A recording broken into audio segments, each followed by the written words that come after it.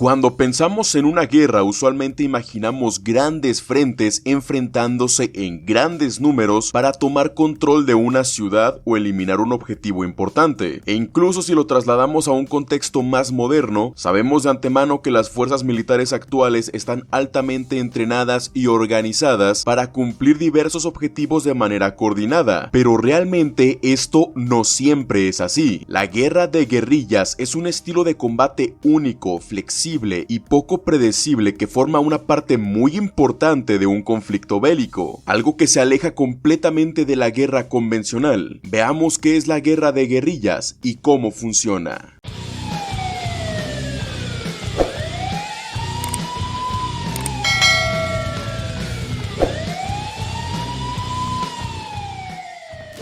Pero antes que nada, este video llega a ustedes gracias a 1xBet, una página de apuestas en línea donde podrás apostar con responsabilidad en tus deportes favoritos, desde fútbol, béisbol, americano, tenis, básquetbol, cricket, hockey y hasta competencias de canicas, además de poseer también una gran variedad de esports de tus videojuegos favoritos, desde Rainbow Six, Call of Duty, Valorant, Apex y muchos más. Pero si las apuestas competitivas no son lo tuyo, también cuenta con muchísimos minijuegos donde si tienes suerte puedes ganar un dinero extra rápidamente sin tener que esperar a que un partido termine. Mi favorito es este del avioncito.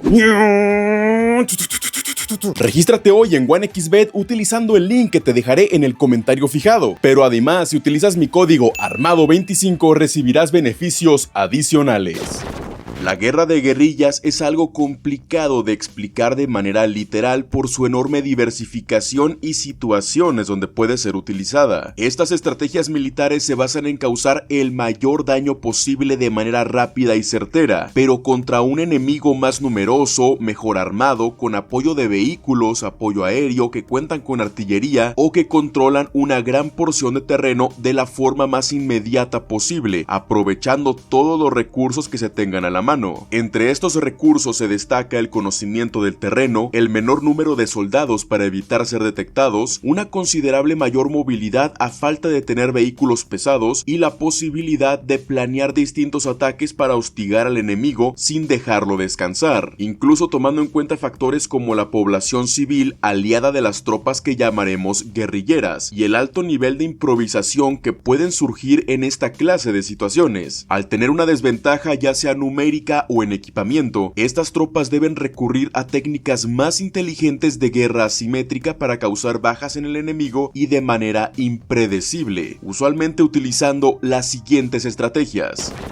Emboscadas. Una emboscada es una táctica de ataque sorpresivo contra una unidad en movimiento, ya sea que el enemigo vaya por una carretera con vehículos o por un sendero o por calles de una ciudad caminando. Con buena planificación se predicen los movimientos enemigos y se colocan estratégicamente tropas que al momento de dar la orden atacarán sorpresivamente a los soldados rivales, usualmente arrinconándolos y cerrando vías de escape para concentrar el mayor número de hostiles en las zonas más descubiertas. Esto puede ser por medio de vehículos atravesados, cócteles molotov, incendios, armas químicas irritables, escombros, rocas, árboles caídos, todo es válido. De igual manera, una emboscada puede ser planificada o montada, ya sea mediante inteligencia y planificación o una retirada fingida para que el enemigo te siga hasta la posición de ataque. Un buen ejemplo de esto es cómo los miembros del crimen organizado de México o narcoterroristas utilizan el terreno de la Sierra Mexicana para ocultarse y esperar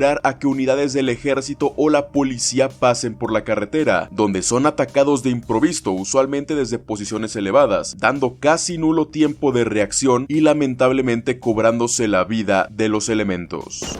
Incursiones. Estas, a diferencia de las emboscadas, no constan en interceptar al enemigo, sino de un ataque sorpresivo justo donde los objetivos se encuentran posicionados, con un ataque coordinado por varios ángulos para rodearlos y causar caos en una zona donde tienen la guardia baja, lo que les da poco tiempo para repeler la agresión, aunque estas deben ser breves y con una retirada casi inmediata, ya que los atacantes aprovechan el factor sorpresa, y si esto se convierte en un enfrentamiento directo, estarían en completo completa desventaja. A diferencia de las emboscadas que buscan evitar que los objetivos ganen terreno y el reconocimiento enemigo a la par que se gana terreno aliado, una incursión busca desmoralizar al enemigo, hacerle saber que no está seguro en ningún lado. Además, durante el caos se puede conseguir inteligencia militar del rival, saquear recursos, municiones, comida, robar vehículos y armamento, o incluso solo destruir los bienes de alto valor como precisamente vehículos, radares, dispositivos de munición o alimentos, forzando al enemigo a retirarse no por el número de bajas, sino por no tener la capacidad de seguir a falta de recursos, tal y como pasó el 14 de septiembre del 2012 en el campamento Boston del ejército de los Estados Unidos, ubicado en la provincia de Helmand en Afganistán, cuando un pequeño grupo móvil de tan solo 15 insurgentes talibanes bien organizados en escuadrones ingresaron al recinto de manera rápida y brutal, utilizando fusiles de asalto y cohetes. Cabe mencionar que dicha base era gigantesca y contaba con aproximadamente 14,000 soldados estadounidenses. Aún así, el ataque fue exitoso, destruyendo 6 aviones Harrier, cada uno con un valor de más de $30 millones, daños en los hangares, helicópteros y material logístico, y solo un par de soldados enemigos junto con otros 8 heridos. Y aunque la táctica concluyó con la eliminación y captura de los guerrilleros, la incursión fue catalogada como exitosa por los talibanes al causar una enorme cantidad de daño con relativos pocos hombres y recursos.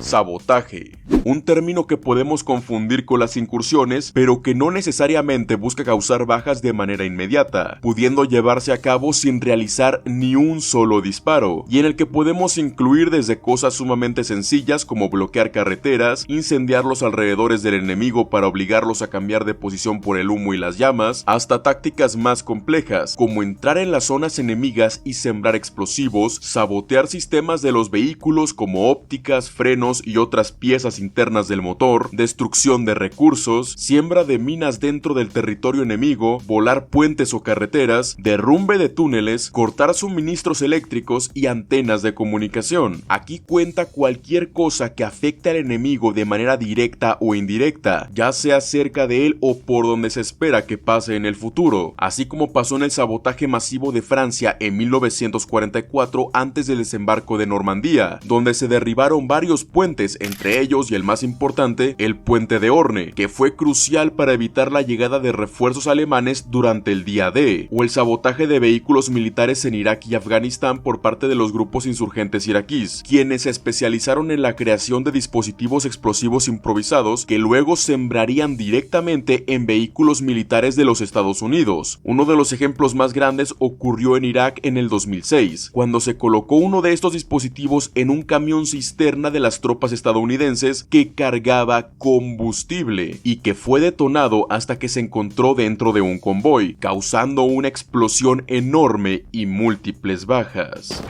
Saqueos. Muy similar a los sabotajes, se basa en quitar recursos al enemigo, pero en vez de simplemente eliminarlos, tienes que quedártelos. Depende de la situación, los soldados luchando en guerra de guerrillas no suelen disponer de apoyo aéreo, artillería, vehículos ligeros o pesados, medicina o municiones, teniendo que reabastecerse utilizando los recursos del enemigo. Una táctica peligrosa, ya que esto conlleva siempre un riesgo de sufrir bajas a cambio de poco, mucho o quizá nada. Aunque esta práctica no solo se utiliza contra los enemigos, sino también contra la población, desde casas abandonadas utilizadas como base temporal, refugio o cobertura durante un enfrentamiento, o de manera más directa saqueando directamente alimentos, medicina e incluso armas de los pobladores civiles. Esto es perfectamente ejemplificado durante eventos como la Revolución Mexicana, cuando los rebeldes, quienes se levantaron en armas con machetes, escopetas y carabinas de baja capacidad, tuvieron que saquear el armamento de alta potencia del ejército federal, tomando cañones y rifles de alto calibre, pero también saqueando suministros de la población civil, quienes a veces los entregaban de buena manera una vez que se enteraban que era para la revolución, pero en otros casos teniendo que despojar a civiles de su armamento para poder sumarlo al arsenal de la revolución, ya que cada bala contaba.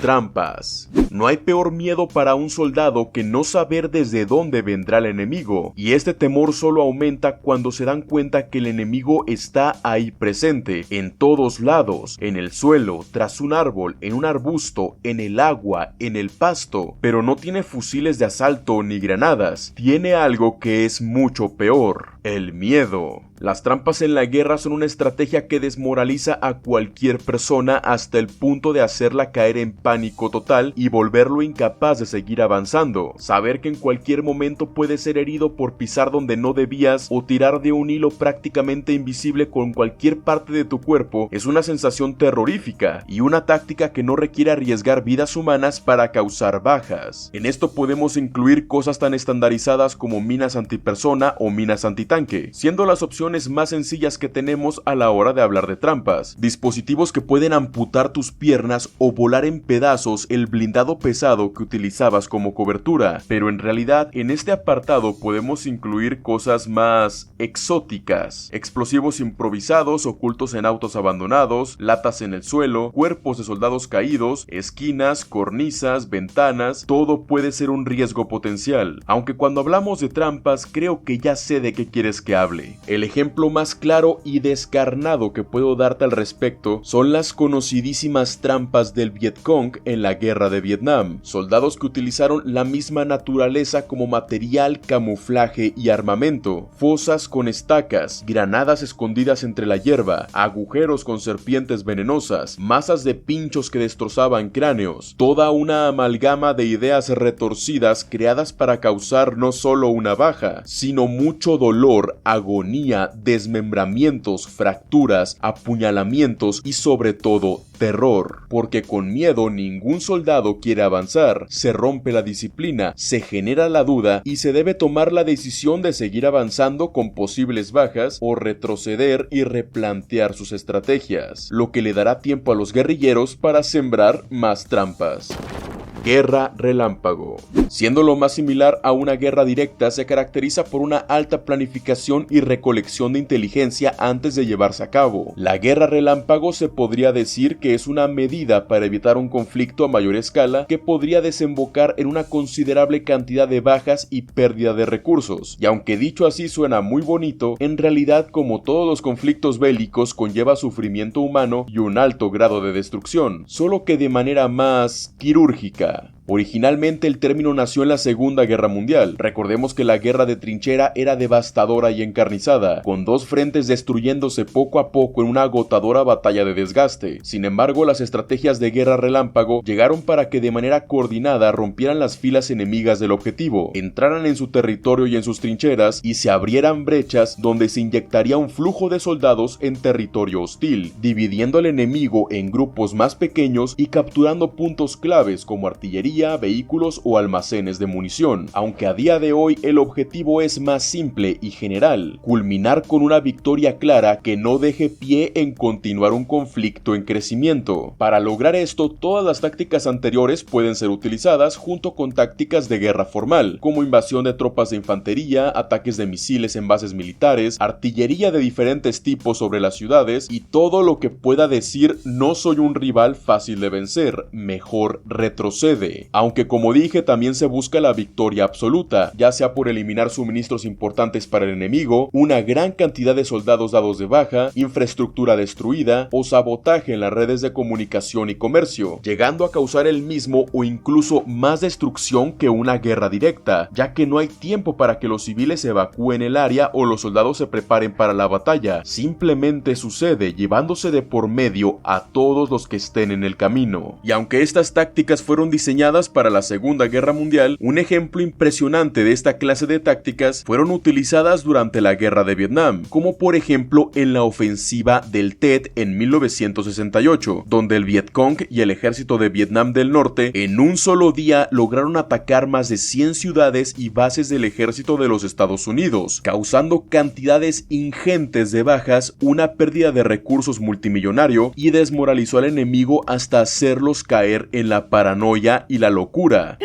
basura. Y nadie se dio cuenta siquiera para dónde se retiró el enemigo. A partir de ese punto, ¿qué te aseguraba que decenas de soldados vietnamitas no te estaban observando en todo momento, tan solo esperando las órdenes de atacar escondidos en el interior de la jungla? Aunque este golpe no se llevó a cabo de la noche a la mañana, sino que requirió meses de planificación, infiltración de activos entre la población civil y muchísima paciencia. Y aunque los registros del ejército de los Estados Unidos dice que el ataque fue repelido por éxito en pocas horas, la realidad es que la guerra de Vietnam fue un completo desastre y una derrota que pegó muy duro en el ego del país de la bandera de franjas y estrellas. La guerra de guerrillas no es un montón de personas con poca preparación armadas y disparando al enemigo de manera desordenada. Es toda una maestría donde la improvisación y hacer lo que puedes con lo que tienes puede marcar una enorme diferencia, porque las personas que se ven forzadas a luchar de esta manera por falta de recursos o soldados no llegarán a atacarte de frente, sino que esperarán que sea de noche para cortarte la garganta mientras duermes, o quizá mediante asesinato selectivo logren dar de baja a un alto mando quien era clave para la planificación militar que se encontraba llevando a cabo en esa zona, o incluso si no hay armas, la propaganda y el desprestigio es otra estrategia válida para luchar contra el enemigo, poniendo a la población civil en su contra e incluso haciendo dudar a sus propios soldados. Hay una película llamada Civil War o Guerra Civil en los países hispanohablantes, la cual se estrenó en el 2024 y sigue la historia de Lee Smith, una reconocida fotoperiodista de guerra en un escenario ficticio donde los Estados Unidos sufre precisamente una guerra civil contra algunos estados que buscan independizarse, pero el gobierno, para evitarlo, manda a tomar acciones militares para reprimir tanto a la población, pero incluso a los policías y militares que nacieron en los mismos estados que buscan su independencia, algo que no está tan lejos de la realidad, con varios movimientos separatistas, sobre todo en el estado de Texas, donde la población está en descontento con las políticas migratorias, la falta de preocupación del gobierno nacional con el medio ambiente y las pocas regulaciones en el control de armas, estado que de hecho en la película es el primero que se levanta en armas contra el gobierno a raíz de estas y más inconformidades. Pero no vengo aquí a arruinarte una excelente película, sí o sí te recomiendo verla. A lo que quería llegar es que en este filme podrás encontrar montones de situaciones relacionadas a la guerra de guerrillas. Al ser precisamente una guerra civil, no se dispone de los medios convencionales para poder atacar al enemigo. Militares emboscando civiles armados, personas que eran cazadores utilizando sus rifles de precisión para disparar contra militares desde sus casas, guerrilleros capturando otros guerrilleros y militares enemigos gracias a tácticas de incursión, armamento improvisado, saqueo de vehículos, recursos y armas, y cómo mediante estas estrategias un ejército se fortalece mientras que otro se va debilitando. Aunque esto no solo se puede ejemplificar en guerras como la de Vietnam, la Segunda Guerra Mundial o enfrentamientos más asimétricos como la guerra de Irak, esto no necesariamente tiene que ser el ejército de una nación contra una fuerza opositora civil o rebelde. En realidad, muchos ejércitos del mundo están especializados en la guerra de guerrillas, sobre todo aquellos que poseen nulo o poco armamento de destrucción masiva como armas nucleares, bombas, misiles balísticos y supersónicos, y solo disponen de infantería, tanques, aviones, helicópteros, artillería y otros vehículos de combate. Los ejércitos de estas naciones saben que no pueden contraatacar, por ejemplo, un ataque nuclear o misiles cayendo sobre su ciudad, o al menos no de la manera más eficiente como ellos querrían, por lo que su mejor opción es emboscar y eliminar objetivos selectivamente, capturar armamento, planificar utilizando el conocimiento del terreno y sembrar en ellos la paranoia de guerra mediante el miedo y la incertidumbre, cosas que pueden verse pequeñas desde lejos en un contexto tan grande como lo puede ser una guerra, como capturar un tanque enemigo, sabotear una antena, saquear 50 fusiles y municiones, colocar trampas y minas o hacer intransitable un segmento de carretera. En realidad puede hacer una gran diferencia a la hora de luchar, y es que solo ponte en el lugar de alguien que tenga que sobrevivir esta situación. ¿Por qué el enemigo no viene de frente? ¿Vendrá desde arriba de aquel cerro? ¿O quizá está escondido entre los árboles? Quizá plantaron explosivos en los camiones. ¿Qué tal si están escondidos entre los civiles? ¿Por qué nadie contesta el radio? ¿Por qué ese tanque aliado viene hacia nosotros? ¿Por qué los arbustos hablan vietnamita? Todos estos pensamientos serán agujas clavadas en la psique de todo aquel que se enfrente en una guerra de guerrillas, alerta todo el tiempo, paranoico, expectante y sobre todo agotado. Una de tantas debilidades que un guerrillero aprovechará cuando sea el momento indicado. Si quieres que hable de tu arma o tema bélico favorito, no olvides dejar o la caja de comentarios, pero también puede que ya haya hablado de él. Si entras a mi canal, puede que lo encuentres. En pantalla estarás viendo mis redes sociales junto con mi canal de gameplays Sierra Play, mi canal de podcast El Basurero y mi enlace a la plataforma morada. Los enlaces a todas ellas estarán en la descripción del video.